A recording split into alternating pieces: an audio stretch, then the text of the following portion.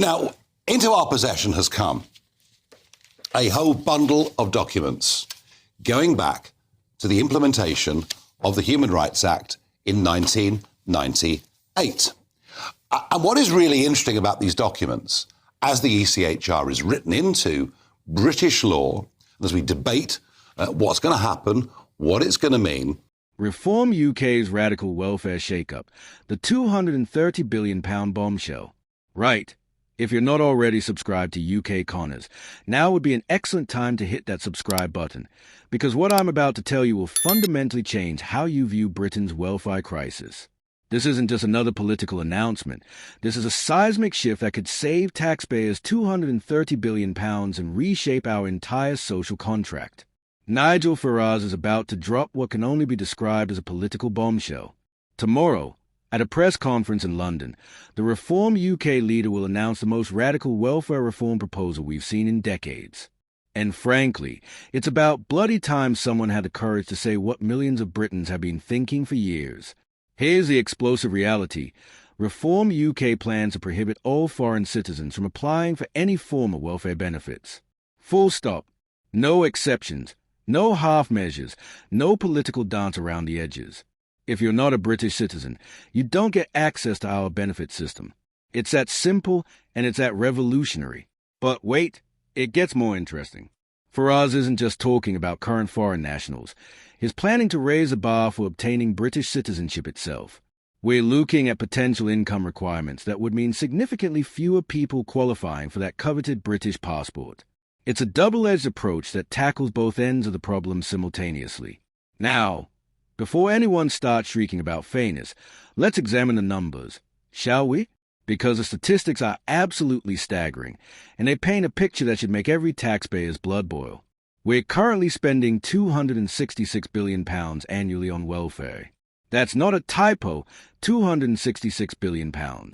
Of that astronomical figure, £9 billion is going directly to foreign nationals.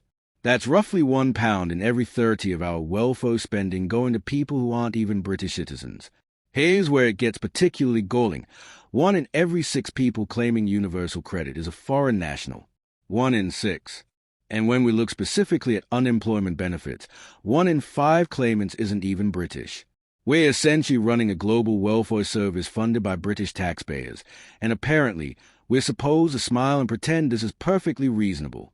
The timing of this announcement is no coincidence. We're witnessing what Reform UK calls a Boris wave, the catastrophic legacy of Boris Johnson's immigration policies.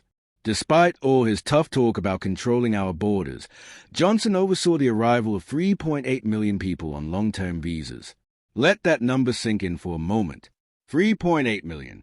That's roughly the population of Wales arriving in Britain, and according to current projections, at least 800,000 of them will eventually qualify for indefinite leave to remain, giving them full access to our welfare system.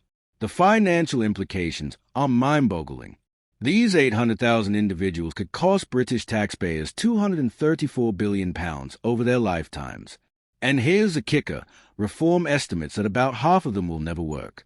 They'll simply become permanent dependents on the British state, contributing nothing while taking everything on offer. But it's not just the recent arrivals causing this crisis. European migrants granted permission to remain under the EU settlement scheme have seen their universal credit claim skyrocket. We're talking about 770,379 Europeans now claiming benefits, up from 644,847 just 2 years ago. That's a 19% increase in just 24 months. Meanwhile, those granted indefinite leave to remain and claiming universal credit have more than doubled in 3 years, jumping from 95,612 in April 2022 to a staggering 211,090 this August. These aren't just statistics. They represent a fundamental breakdown in the social contract that underpins our welfare system. The principle was always supposed to be simple. You contribute to society, and society supports you when you need it. But we created a system where contribution is optional and support is guaranteed, regardless of your connection to this country or your investment in its future. Reform's proposal goes further than anything the Conservatives or Labour have dared suggest. While both major parties have focused on tinkering around the edges, extending the wait time for indefinite leave to remain from 5 to 10 years, Reform is proposing something far more radical. They are saying that citizenship, not just residency, should be the prerequisite for accessing Britain's welfare system. Under Reform's plan, migrants would have to wait 7 years before even applying for British citizenship, an increase from the current 6. Those who marry British citizens would face a 5-year wait instead of the current system that often allows faster access through marriage routes. But here's the crucial difference. No benefits until you're actually British.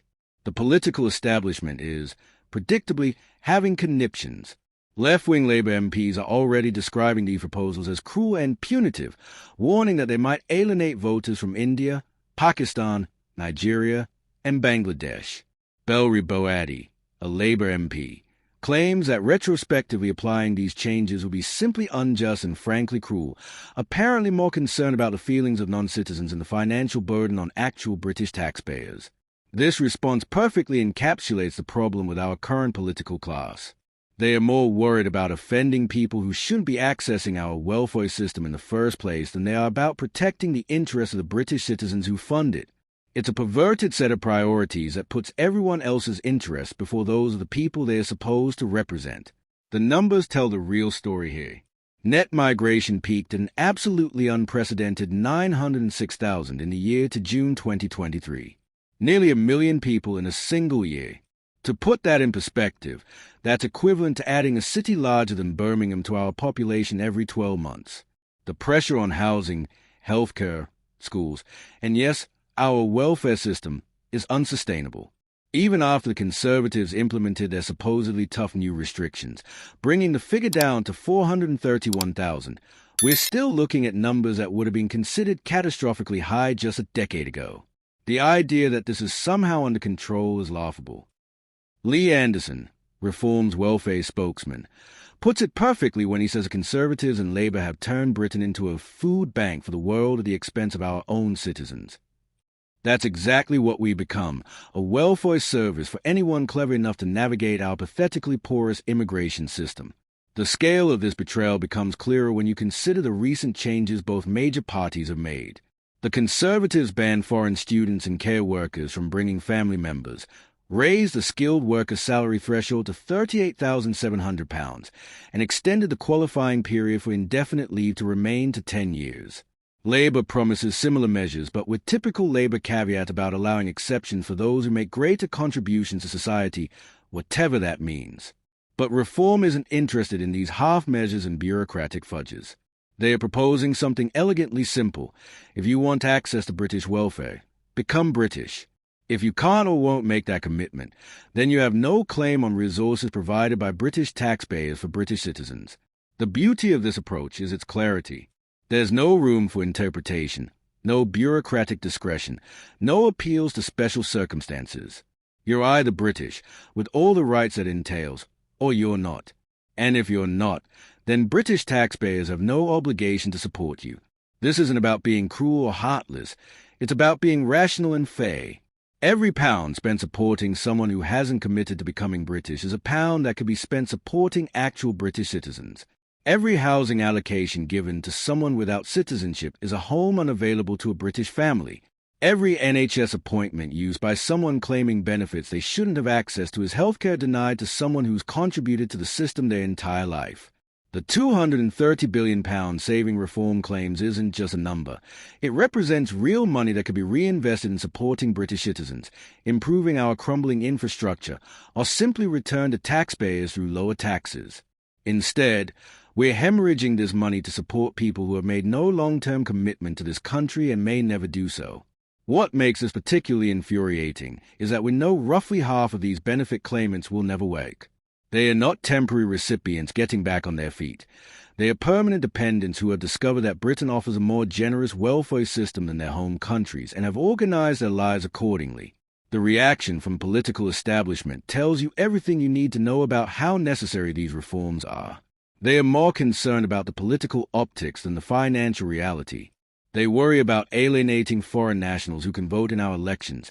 Yes, you heard that right. Commonwealth citizens can vote in British elections regardless of their residency status, but seem utterly unconcerned about the British taxpayers footing the bill. This is the fundamental corruption at the heart of our current system. We've created a situation where politicians court the votes of people who aren't even committed to becoming British citizens while ignoring the interests of the people who actually pay for everything. It's a democratic deficit that reform is finally willing to address head-on. The timing couldn't be more perfect. With welfare spending spiraling out of control, housing shortages reaching crisis levels, and public services buckling under unprecedented demand, someone finally has the courage to ask why we're extending Britain's safety net to people who haven't committed to Britain's future. Reform proposal isn't just about welfare.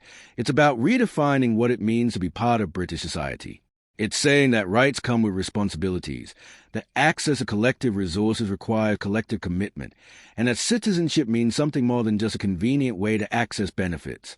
The establishment parties will fight this tooth and nail because it threatens their entire approach to immigration and welfare. They've spent decades creating a system that prioritizes everyone except British citizens, and they're not going to give that up without a fight. But the numbers don't lie. The costs are unsustainable, and British taxpayers are finally starting to demand accountability. What we're seeing here is potentially the beginning of a complete realignment in British politics. For too long, the major parties have operated on the assumption that British voters would tolerate unlimited immigration and unlimited welfare expenditure as long as they weren't too explicit about the costs. Reform is calling that bluff and proposing something radically different, a welfare system that actually serves British citizens first. Tomorrow's press conference isn't just another political announcement. It's a line in the sand. It's reform saying they're prepared to implement policies that put British citizens first, regardless of how much squealing it provokes from the metropolitan elite and their media allies. The question isn't whether these proposals are radical. They absolutely are. The question is whether they are necessary. And looking at the numbers, looking at the unsustainable trajectory of our current system, looking at the complete failure of both major parties to address this crisis, the answer seems pretty clear. This is exactly the kind of bold, principled politics that British voters have been crying out for. Not more managerial tinkering, not more bureaucratic complexity, not more excuses why nothing can change. Just a simple, clear principle: British welfare for British citizens. So there you have it. Reform UK's £230 billion bombshell that could fundamentally reshape our entire approach to welfare and citizenship. Tomorrow's press conference will be essential viewing for anyone who wants to understand where British politics is heading. This isn't just policy wonkery. This is the future of our social contract being rewritten in real time. What do you think? Is reform finally saying what needed to be said, or are they going too far? Let me know in the comment below. And don't forget to subscribe to UK Connors for more coverage of the political earthquake that's reshaping British politics. Trust me, you won't